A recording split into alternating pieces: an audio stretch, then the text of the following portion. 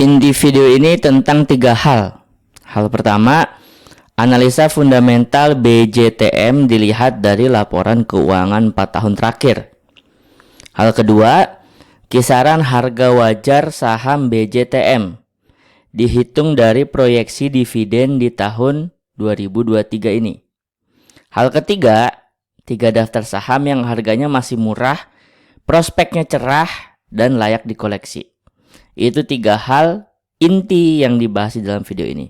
Mari kita mulai pembahasannya. Video ini direkam Selasa 17 Januari jam 1 siang ya, lagi istirahat siang. Ditutup di 715 ya. Tuh ya, 715. Jam setengah 12 tadi ditutup di 715. Oke. BJTM, Bank Pembangunan Daerah Jawa Timur. Sektornya perbankan ya, bank ya, jelas perbankan. Jumlah saham yang beredar 14,8 miliar. Komposisi yang beredar di masyarakat 20 ya. Ini tidak sampai ideal banget tapi tidak juga jelek. Itu kalau bukan jelek.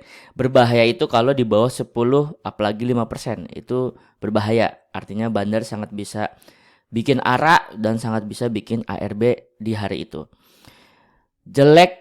Berbahaya sekaligus mencurigakan adalah ketika komposisi di masyarakatnya tinggi banget, misalkan di atas 70%, di atas 80%. Itu membuktikan perusahaannya sendiri aja kok nggak mau nge-keep jumlah saham beredarnya sendiri gitu. Jadi mencurigakan.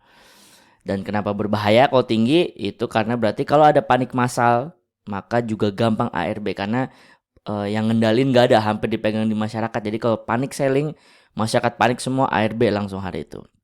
Jadi 20% ini cukup aman. Hutangnya 787% secara normal ya, saham-saham secara general, secara normal. Hutang ngelebihin 100% itu berbahaya. Itu berbahaya ya. Tapi untuk bank itu pengecualian. Kenapa? Karena semakin merah hutang saham bank, itu berarti dia semakin banyak orang yang minjem uang ke bank tersebut. Karena cara pencatatan laporan keuangan untuk saham bank itu kayak begitu gitu. Jadi kalau ada orang minjem ke bank, misalnya 100 juta, maka dicatat di laporan keuangan bank itu berhutang 100 juta gitu. Jadi tingginya 787% ini adalah hal yang bagus karena BJTM adalah saham perbankan. Oke, jadi secara komposisi aman, secara hutang aman karena ini saham bank. Kita masuk ke topik pertama. Topik ekuitas. Cara bacanya kiri ke kanan itu per tahun.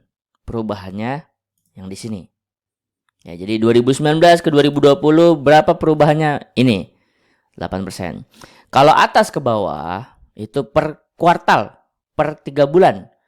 Jadi Q3, kuartal 3 2019 ke Q4 di 2019 berapa perubahannya?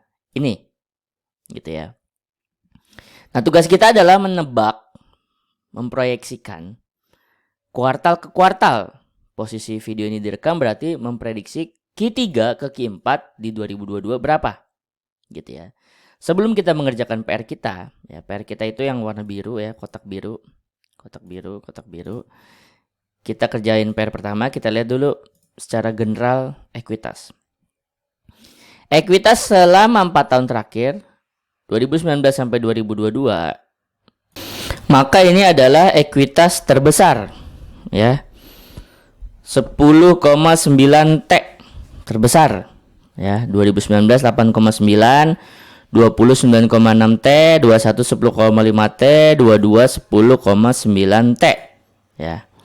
Terus tiap tahunnya selama 3 tahun terakhir itu naik terus. Naik 8%, naik 9%, naik 3%. Oke, jadi secara ekuitas BJTM ini posisi saat ini ekuitas terbesar dalam 4 tahun terakhir. Dan punya tren yang selalu naik selama 3 tahun terakhir. Oke, itu selama tahunan. Sekarang secara kuartalan ya. Q3 ke Q4 di 2019 naik 3%. Di 20 naik 4%, di 21 naik 3%. Di 22 berapa? Itu tugas kita untuk menebak. Saya akan tulis di sini karena ini 3%, ini 4%, ini 3%, ya. Saya tulis yang paling rendah aja. Supaya kita nggak terlalu muluk-muluk. Oke, jadi saya di sini saya tulis 3%. Dah, selesai PR kita. PR pertama selesai. Sekarang kita masuk ke topik kedua, yaitu topik laba. Oh ya, sebelum lanjut nih, kalau Anda suka pembahasan analisa fundamental suatu saham gitu ya, boleh subscribe channel Saham Nyantai ini ya, karena analisanya akan seputar fundamental dan belak-belakan, dalam artian yang positif akan dibahas, yang negatif akan dibahas. Begitu saya termasuk punya saham, di saham yang lagi dibahas juga saya akan ceritakan apa kekurangan dan apa kelebihannya gitu ya. Jadi kalau suka dengan analisa seperti itu ya, silakan subscribe channel Saham Nyantai ini. Back to topic. Topik laba sekarang. Topik laba. Sama kita lihat tahunan dulu. Secara 4 tahun terakhir ini laba terbesar. Ya, laba terbesar. Di mana di 2019 labanya itu setahun 1,1 T. Di 20 1 T, di 2021 1,1 T, di 22 1,2 T. Jadi secara tahunan ya, sudut pandang tahunan, labanya sekarang juga terbesar selama 4 tahun terakhir. Ya. Lalu juga secara perubahan ya, ini 2019 ke 2020 turun 4%. Tapi 20 ke 21 naik 8%, 21 ke 22 naik 2%.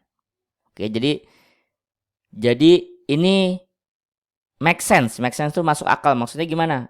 Ekuitas itu kan harta. Kalau orang nih rekening gitu ya. Laba, kalau orang itu gaji. Nah, dia gajinya selama 4 tahun terakhir naik terus, maka hartanya naik terus. Masuk akal kan ya? Ada orang gajinya naik terus, hartanya naik terus, masuk akal. Yang nggak masuk akal kalau misalkan nanti Anda ketemu suatu saham, gajinya labanya naik terus, kok ekuitasnya turun. Nah, itu patut dicurigai. Atau ekuitasnya turun, atau kebalikannya tadi apa? Yang ekuitas turun, labanya naik, itu mencurigakan.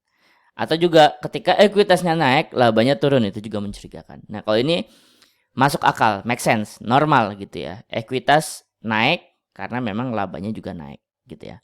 Oke, PR kita bukan tahunan, PR kita adalah menebak kuartal ke kuartal. Di 2022 ini berapa perubahannya? Di 2019, Q3 ke Q4 terjadi kenaikan 21%. Di 20, Q3 ke Q4 naik 35%. Di 21 naik 28%. Nah, 22 nih, 2022 berapa nih perubahannya? Oke. Selama 3 tahun ada kenaikan 21%, ada 35%, ada 28%. Ya. Saya pakai aja karena ini lumayan berubah-berubah ya. Saya pakai yang terendah biar hitungan kita ini ya, hitungan mendekati pesimis. Jadi kalau di atas itu ternyata hasilnya di atas itu, kita tinggal alhamdulillah doang, tinggal bersyukur. Bisa aja saya masukin 28 bisa, tapi saya pakai angka 21 dulu yang terkecil gitu ya. Oke. Topiknya sampai sini selesai, topik laba. Sekarang kita masuk ke topik EPS. Ya, topik paling mendebarkan ya. Kalau laba tuh paling seru ya, karena di sini kita akan jadi detektif gitu ya. Kaitannya tadi, apakah labanya naik, ikutisnya naik, apakah ada yang nggak sinkron gitu ya. Sekarang topik EPS. Topik ngebahas keloyalan saham tersebut, keloyalan perusahaan tersebut. Kalau ibaratnya orang, EPS tuh lagi ngebahas tingkat sedekah. Ada orang kaya tapi nggak sedekah, nggak bantu sekitar, kan nggak berguna gitu ya. Nah, di saham kira-kira begitulah, ada perusahaan punya untung tapi nggak dibagi-bagiin ke dividen ya. Ya, bagi sebagian investor termasuk saya, aliran dividen, nah itu nggak guna, nggak menarik gitu. Oke, di sini ada 3 istilah, saya bahas sebentar. EPS itu berarti keuntungan per lembar saham, keuntungan perusahaan tersebut ya di tahun tersebut. DPS itu adalah yang akhirnya dibagiin ke kita. Nah, DPR adalah rasionya. Jadi kalau misal EPS-nya 100, DPS-nya 70, berarti keuntungan perusahaan tersebut ada 100 per lembar sahamnya, yang dibagiin ke kita 70%, 70, maka rasionya adalah 70%, karena 70 itu adalah 70% dari 100 gitu ya. Oke. Di 2019 dia punya EPS 93 yang dibagiin 48, berarti DPR-nya rasionya 52%. Oke. 2019 52%, 2020 49%, 21 51%. Kita sekarang suruh nebak 22 berapa di tahun 2022 ini? Ya, yang bakalan terjadi DPR-nya. Kita ambil paling kecil aja, 49%. Oke. Nah, ini begitu di enter, begitu saya enter, ini kan berarti PR ketiga ya yang selesai. Begitu di enter ini akan keluar kisaran harga murah, wajar dan mahalnya. Oke, kita enter. Bismillah. Oke. Berarti BJTM apabila harganya ke 480, maka ini murah. Sekarang 715. Oke. Wajarnya BJTM di 720. Sekarang 715. Berarti ini BJTM sedang berada di harga wajar. Berarti kalau berdasarkan analisa saya, itu layak dibeli. Karena belum nyentuh harga mahal. Harga mahal ada di 960. Di mana 715 ke 960 itu sekitar ada, kalau dihitung potensi kenaikannya ada 34%. Oke, jadi BJTM ini masih sedang berada di harga wajarnya. Nggak murah, tapi belum mahal. Wajar, gitu ya. Oke. Udah, ini kebetulan BJTM kayak begitu aja. Karena ini kebetulan gampang gitu ya. Nggak ada yang aneh, ekuitas sama laba sinkron. Terus perubahan ekuitasnya juga ketakar gitu ya. Terus perubahan labanya juga, laba nih agak beda-beda, tapi masih ketakar gitu. Kan yang bingung kalau misalkan di sini positif, di sini turun, ya negatif, di sini positif lagi. Nah, itu kan yang bingung. Kalau ini meskipun berubah-berubah, masih trennya positif. Oke, itu tadi hitungan yang konservatif ya, yang kita kurang-kurangin banget gitu ya. Sekarang misalkan nggak 3%, misalkan ini balik ke tahun 2020, 4%. Terus misalkan di sini 2022 naiknya nggak 21%, 21% itu 2019. Misalkan kita tulis 28 aja, misalnya 28.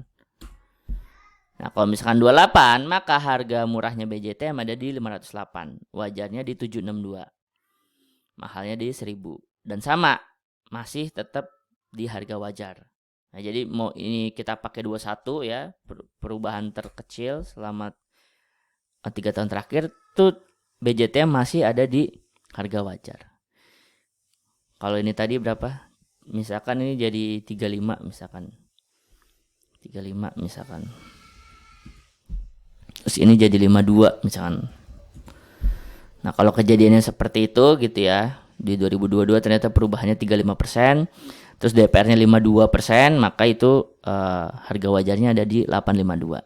Tapi kita pakai yang paling rendah aja. Oke, begini. Jadi kesimpulannya BJTM ini ada di harga wajarnya.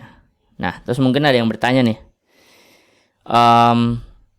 Oh ya, sebelum ke pertanyaan, kita lihat historinya dulu. Histori bagi dividennya BJTM. 2013 bagiin, 14 bagiin, 15 bagiin, 16 bagiin, 17, 18, 19, 20, 21, 22. Rutin bagiin. Ya, ibaratnya nih orang, kalau dijadiin orang nih, orang nggak pernah absen zakat, nggak pernah absen sedekah. Jadi ya kalau dari 2013 selama 10 tahun dia bagi terus, ya kemungkinan 2022 bagiin gitu kan. Bisa aja nggak bagiin, bisa aja, namanya kemungkinan kan, bisa aja terjadi. Tapi lebih besar kemungkinannya 99% bagiin. Ya itu. Apalagi ini bank pembangunan daerah, berarti dimilikin sama daerah, berarti ya ada setoran lah ke daerah gitu kan. Jadi hampir nggak mungkin nggak bagiin dividen. Oke, itu udah hampir ke ujung. Terus mungkin ada pertanyaan gini. Tapi BJTM nggak naik gitu. Harganya nggak naik-naik di situ-situ aja. Nah, gini. Ada saham, jadi gini, kalau saya bahas kira-kira aja. Ada saham yang gampang banget naik, gampang banget turun, roller coaster gitu ya. Nah, itu mungkin dimainin sama yang udah lama banget di saham, atau yang baru masuk ya, pemberani, adrenalin, tapi duitnya kecil karena pas banyak mungkin dia juga nggak berani masuk ke saham gorengan. Ada saham-saham yang mentingin capital gain. Nah, kalau yang capital gain ilmunya ada lagi tuh ya. Nah, ini ada saham yang memperdulikan dividen. Jadi orang yang masuk ke dalamnya itu begitu invest dia emang nggak niat cabut uangnya, enggak. Dia emang kayak uangnya tuh diparkirin aja gitu, diparkir di situ, terus dia cuman ngambilin dividen tiap tahunnya. Jadi dia dapat duit tapi barang dia nggak hilang. Kan kalau kita cuman ngincer capital gain kan begitu kita jual semuanya kan kita dapat untung tapi barang kita hilang gitu kan, barang kita nggak bersisa. Nah kalau kayak BJTM ini saham royal bagi dividen itu tipikal orang di dalamnya adalah orang-orang yang kelas kakap, jadi uangnya udah ratusan juta, miliaran, belasan miliar, puluhan miliar ya. Yang tentu kalau uang segede itu nggak mungkin dong dia mau ngambil resiko-resikoan. Nah jadi dia taruh uangnya di situ, diparkir gitu di situ, terus dia ngambil tiap tahun dividennya. Jadi dia barangnya nggak hilang tapi dia tetap dapat untung gitu. Nah orang kayak gitu biasanya uangnya banyak dan nggak bakalan mantengin dan cabut-cabut, sehingga ya memang tipikalnya sahamnya akhirnya sifatnya jadi begitu gitu. Coba nih kita lihat nih ya. Ini historinya. Ini udah disetting maksimal, berarti maksimal. Ini dari 2003, ini 2012 ya. Sampai 2023. 10 tahun lah ya, 10 tahun. 10 tahun masa cuma naik 60%. Itu sama aja kayak per tahun cuma naik 6%. Mungkin Anda bilang, apaan setahun cuma dapat 6% gitu ya. Ya, naiknya setahun 6%, tapi ya dividennya yang gede gitu. Dan jadi kapitalnya emang cuma 6%, dividennya gede. Lalu yang ketiga nih yang sebenarnya paling utama yang kenapa orang investor kakap pada masuk di sini, ya karena stabil. Karena ini BJTM kayak nggak neko-neko, nggak macem-macem gitu. Ibaratnya Anda pengen, misalnya Anda tiba-tiba masuk saham terus kayak pengen gua nggak apa-apa dapat untung dikit dah, gua nggak apa-apa dah, misalkan Anda kayak gitu ya. Yang penting uang gua nggak kena inflasi gitu. Yang penting uang gua di atas deposito yang per tahunnya cuma 3% gitu ya. Gua nggak mau ada drama tapi gua juga nggak mau hebat-hebat banget gitu mau nguasain saham. Ya udah masukinnya ke saham BJTM kayak begini. Harganya stabil tapi per tahunnya ya paling mentok 6%. Dividen dapet. Kalau ada kenapa-napa, ada crash, ada resesi, ada kenapa-napa, orang yang di dalamnya juga nggak pada taking profit, nggak pada panic selling. Nah, kenyamanan itulah, kestabilan itulah yang bikin BJTM ini harganya di situ-situ aja. Karena semuanya berpikirnya seperti itu. Kalaupun ada yang turun, itu adalah ada investor atau trader tersesat. Maksudnya apa? Wah, misalnya ada investor baru nih, wah BJTM bagus nih keuangannya, atau trader baru, wah bagus nih price actionnya, moving average-nya atau segala macam, masuk ke BJTM, terus si trader nggak gerak-gerak, dia keluarkan. Nah mungkin dia keluar itu yang bikin turun, tapi paling turunnya 0,5%, 0,7%, atau si investor tadi masuk set BJTM bagus nih, dia tungguin kok harganya di situ-situ aja ya, cabut nah pas dia cabut berkurang tuh turun, tapi ya udah harga di situ-situ aja karena begitu dia cabut yang investor tetapnya begitu harga turun dia mungkin udah masukin lagi duitnya gitu ya. Jadi sifat BJTM ini sebagai saham yang royal dividend dan terus bertumbuh ya, ekuitasnya terus bertumbuh, laba bertumbuh, dividen royal ya, gimana nggak orang pada pengen masuk. Nah kalau semua orang pada pengen masuk, akhirnya sahamnya ya yang pada pengen masuk nih orang-orang tenang nih ya. Jadi pas lagi dia masuk dia tenang juga. Ya udah kalau semua orang isinya begitu akhirnya turunnya nggak jauh, naiknya nggak jauh gitu ya. Cuman uangnya diparkir, dapetin dividen tiap tahun gitu. Gitu aja. Sekian. Assalamualaikum warahmatullahi. Tunggu dulu. Sebagai penutup ya, kalau Anda suka analisa kayak gini, sekali lagi tolong subscribe channel ini saham nyantai yang ngebahas luar laporan keuangan secara belak-belakan, tidak memihak untuk dipom-pom atau tidak tebar fir. Lalu sebagai penutup, kalau Anda mau dapat 3 daftar saham yang masih under value, layak dikoleksi ya, prospeknya cerah, klik link yang ada di deskripsi atau klik komen yang saya pin. Di situ ada link, di situ Anda klik aja, Anda baca. Di situ nanti ada cara dapetin 3 daftar sahamnya. Sekian kurang lebih mohon maaf. Assalamualaikum warahmatullahi wabarakatuh.